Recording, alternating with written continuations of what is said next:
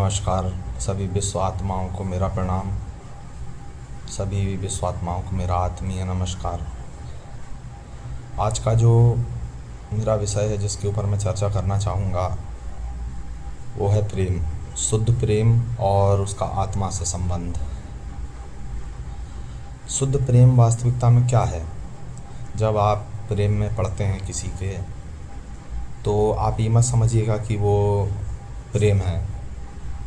वो प्रेम केवल प्रकृति की एक व्यवस्था है ताकि आप प्रेम में पड़ के संभोग कर सकें और प्रकृति को आगे बढ़ा सकें।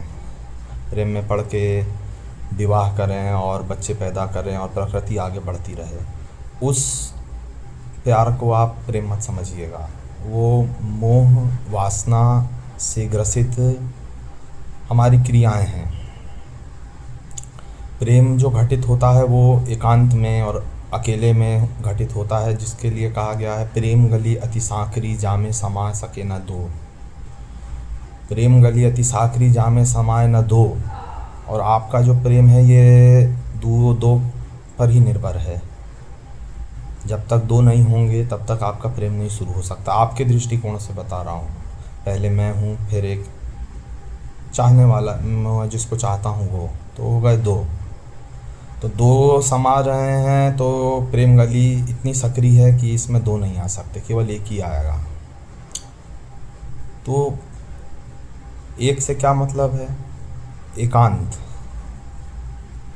एक से क्या मतलब है? अकेला।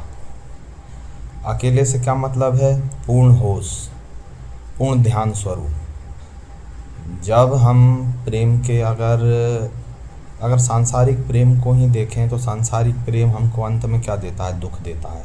उसके अलावा हमें कुछ भी नहीं मिलता। और अगर हम परमात्मा प्रेम और आत्म प्रेम की तरफ जाएं, तो अगर हम स्वयं अंदर जाएं, अपने अंदर झांकें और अकेले हो जाएं, जैसा बोला उन्होंने, प्रेम गली अति सांकरी जामे समाए न दो। दो नहीं है, एक ही रहेगा। तो आंख बंद करके कभी ऐसा हुआ कि मैं अकेला, सिर्फ मैं ही रहा हूँ, संसार के कोई विषय ना हो, संसार के किसी व्यक्ति, मन वस्तुतः क्या, व्यक्ति या स्थान विशेष या वस्तु विशेष या शरीर विशेष के बारे में ही विचार उठाता है, अपने शरीर के विषय में। इन तीनों के विचार नहीं आ रहे हैं तो क्या है? आप अकेले हैं एकदम। इन तीनों विचारों को छोड़ दें तो आप एकदम अकेले हैं। अकेले में क्या घटित होगा? अटेंशन, ध्यान, पूरा का पूरा क्या? आप ध्यान स्वरूप हो जाएंगे। आप अगर मन के अंदर स्वयं अकेले भी हो जाते हैं तो ध्यान घटित हो जाएगा। अगर आप ये मान लें कि मेरा किसी से कोई संबंध नहीं है, मेरा जो भी संबंध है ये शरीर का है, मैं शरीर से अलग हूँ और मैं केवल साक्षी मात्र हूँ और अकेला हूँ, ऐसे अकेला हुआ व्यक्ति भीड़ में भी अकेला ही रहेगा वो। और आज की हमारी क्या परिस्थिति है कि हम नींद में भी अकेले नहीं हैं। ऐसा हमारे मन के अंदर हमने इतना संसार डाल दिया है कि आज हम सोते हैं तो भी हमें संसार के ही सपने आते हैं, संसार के ही हम गुणगान में लगे रहते हैं। या अकेले भी बैठते हैं, आंख बंद करते हैं तो संसार का ही गुणगान चलता रहता है चित्त के ऊपर।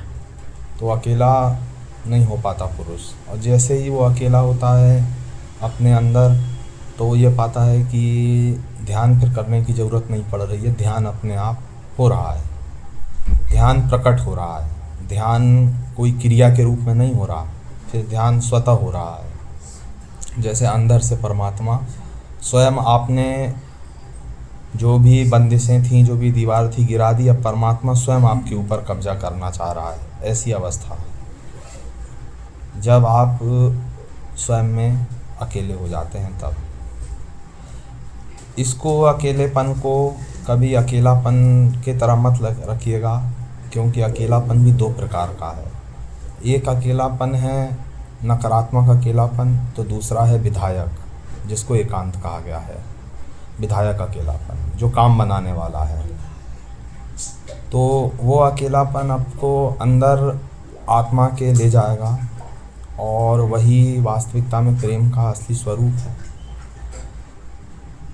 जब आप किसी से पूर्णतः प्रेम में होते हैं तो आप स्वयं को भूल जाते हैं। परमात्मा के प्रेम में होते हैं तो आप स्वयं को भूल जाते हैं और परमात्मा रह जाता है। वहाँ पे भी एक ही रहेगा, आप नहीं रहोगे और परमात्मा रहेगा। और अगर ज्ञान की विधि से जाओगे, ध्यान की विधि से जाओगे तो संसार नहीं रहेगा, कोई नहीं रहेगा, सिर्फ मैं सत्य रहेगा। सत्य तो दोनों अवस्था में रहेगा, या तो परमात्मा सत्य रहेगा या आत्मा सत्य रहेगा। और दोनों ही आपको ज्ञान और ध्यान के माध्यम से आत्मा के प्रकाश की ओर ले जाएंगे और आत्मा में विलीन हो जाएंगे, आप आत्मज्ञान प्राप्त करेंगे। तो धन्यवाद आज के लिए, मैं इतना ही। और बाकी से अगले लेक्चर में अगर आपको पसंद आया हो तो सब्सक्राइब करिएगा और कमेंट करिएगा आपको क्या समझ में आया, क्या समझ में नहीं आया, क्या अच्छा लगा, क्या बुरा लगा। ठीक है।